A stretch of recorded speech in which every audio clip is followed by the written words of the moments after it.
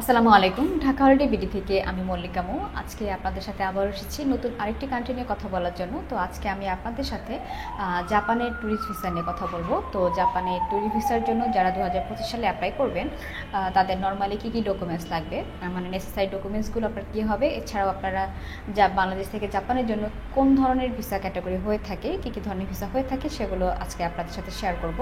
তো নর্মালি বাংলাদেশ থেকে অনেক ধরনের ভিসা ক্যাটাগরি হয়ে থাকে জাপানের জন্য। আপনার স্টুডেন্ট ভিসা, আপনার tourist visa, business visa, medical visa, এছাড়াও কনফারেন্স ভিসা। তো এই ভিসাগুলো হয়ে থাকে। আমরা ঢাকা হলিডে বিডি থেকে মূলত আপনার student visa, medical visa, conference visa, business visa, এছাড়াও আমরা আপনার ইউএসএ, ইউকে, কানাডা এবং অস্ট্রেলিয়া, ইজিপ্ট, এই কান্ট্রিগুলো নিয়ে কাজ করে থাকি। তো যারা এই কান্ট্রিগুলোর এবং এই সার্ভিসগুলো আমাদের কাছ থেকে নিতে যাচ্ছেন, তো তারা চাইলে আমাদের হটলাইন নাম্বারে যোগাযোগ করতে পারেন। তো এখন আমি আপনাদের সাথে জাপানের ট্যুরিস্ট ভিসার জন্য নর্মাল ডকুমেন্টস আপনার থাকতেই হবে যেগুলো, সেই ডকুমেন্টসগুলো শেয়ার করছি। জাপানের জন্য মূলত আপনার পাসপোর্ট লাগবে, যেটার পাসপোর্টের মেয়াদ অবশ্যই 1 বছর হতে হবে। এছাড়াও আপনার ছবি লাগবে।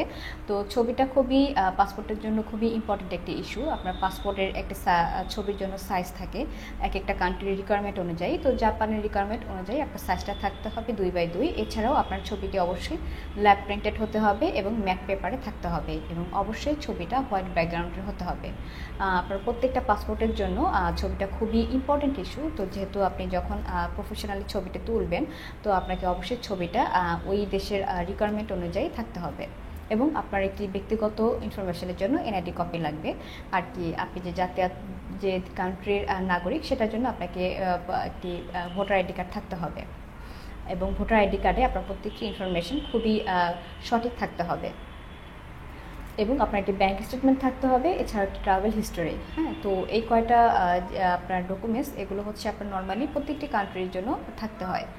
তো এখন আমি আপনাদের জন্য জাপানের ট্যুরিস্ট ভিসার জন্য নর্মালি বাংলাদেশ থেকে যারা স্টুডেন্ট অ্যাপ্লাই করে থাকে, এছাড়াও ট্যুরিস্ট ভিসার জন্য, বিজনেস ভিসার জন্য, এছাড়াও আপনার মেডিকেল ভিসা এবং কনফারেন্স ভিসার জন্য যারা অ্যাপ্লাই করে থাকেন, তো তাদের রিকোয়ারমেন্ট অনুযায়ী ডকুমেন্টসগুলো আলাদা আলাদা হয়ে থাকে। তো আজকে আপনাদের সাথে আমি যারা বাংলাদেশ থেকে জব এবং বিজনেস পার্সন আছেন, তারা জাপানের ট্যুরিস্ট ভিসার জন্য অ্যাপ্লাই করবেন, তাদের ডকুমেন্টসগুলো শেয়ার করব। মূলত বিজনেস প্রফেশনে যারা আছেন, তো তাদের ডকুমেন্টসের মধ্যে আপনার বিজনেসের ট্রেড লাইসেন্স কপি থাকতে হবে। তো এই ট্রেড লাইসেন্স কপিটি অবশ্যই আপনার ইংরেজিতে নোটারাইজ থাকতে হবে। এছাড়াও আপনার বিজনেসের 3 দিন সার্টিফিকেট আপনাকে দেখাতে হবে, এবং আপনি যে ইয়ারলি ট্যাক্স পেড করেন, সেই ইয়ারলি ট্যাক্সের পেড হিসাবে আপনাকে ট্যাক্স রিটার্ন কপি জমা দিতে হবে। এছাড়াও আপনার সাথে অ্যাকনলেজমেন্ট পে স্লিপ থাকতে হবে। তো এখন আপনার ব্যাঙ্ক স্টেটমেন্ট দেখাতে হবে। আপনি যে বিজনেস করছেন বাংলাদেশে, তো সেটার প্রুফ হিসাবে আপনাকে ব্যাঙ্ক স্টেটমেন্ট প্লাস 6 মাসের আপনার দেখাতে হবে, যেটা আপনার সেভিংস এবং কারেন্ট অ্যাকাউন্টের থাকবে, এবং এটার সাথে আপনাকে একটি সলভেন্সি সার্টিফিকেট দিতে হবে। এছাড়াও আপনার বিজনেসের মেমোরেন্ডাম কপি, এবং আপনি যে বিজনেস করছেন, আপনার অবশ্যই যে চেম্বার অফ কমার্সের সার্টিফিকেট আছে, আপনি সেটিকে দেখাতে পারেন। তো এই গেল আপনার বিজনেসের জন্য ডকুমেন্টস। তো যারা মূলত বাংলাদেশ থেকে প্রাইভেট জবে আছেন, তো তাদের কী কী ডকুমেন্টস লাগবে, তো তাদের ডকুমেন্টসের মধ্যে আপনার একটি এনওসি কপি থাকতে হবে। এছাড়াও আপনি যে লং টাইমের জন্য ট্রাভেল করছেন, তো এর জন্য আপনার একটি রিলিজ স্লিপের কপি লাগবে। এছাড়াও আপনার জবের স্যালারি সার্টিফিকেট এবং 3 মাসের পে স্লিপ, এছাড়াও জব আইডি কার্ড এবং ভিজিটিং কার্ড। তো এই ডকুমেন্টসগুলো আপনাকে দেখাতে হবে। এছাড়াও আপনার টিন সার্টিফিকেট থাকতে হবে, এবং সাথে আপনার ট্যাক্স রিটার্ন কপি, যেটার সাথে আপনার অবশ্যই একটি অ্যাকনলেজমেন্ট পে স্লিপ আপনাকে জমা দিতে হবে।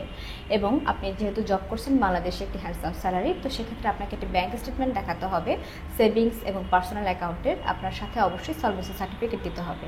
তো আপনি যদি ইতিপূর্বে অনেকগুলো কান্ট্রি ভিজিট করে থাকেন, লাইক আপনি মালয়েশিয়া, থাইল্যান্ড, দুবাই, অনেক কান্ট্রি আপনি ভিজিট করেছেন, তো সেগুলোর জন্য আপনাকে একটি ট্রাভেল হিস্ট্রি প্রুফ হিসেবে আপনাকে দেখাতে হবে। তো ভিউয়ার্স, আমরা ঢাকা হলিডে বিডি থেকে এয়ার টিকিটিং, আমরা প্যাকেজ এবং আমরা হোটেল সার্ভিস, হোটেল বুকিং, এগুলো নিয়ে আমরা কাজ করে থাকি। তো যারা আমাদের কাছ থেকে এই সার্ভিসগুলো খুব দ্রুত নিতে চাচ্ছেন, তারা আমাদের ঢাকা হলিডে বিডির হটলাইন নম্বরে যোগাযোগ করতে পারেন। এছাড়াও আমাদের অফিসে এসে সরাসরি আপনারা গুরুত্বপূর্ণ ইনফরমেশন পেয়ে যেতে পারেন। তো ভিউয়ার্স, নেক্সট এপিসোড দেখার জন্য আপনাদেরকে আমন্ত্রণ রইল। ধন্যবাদ।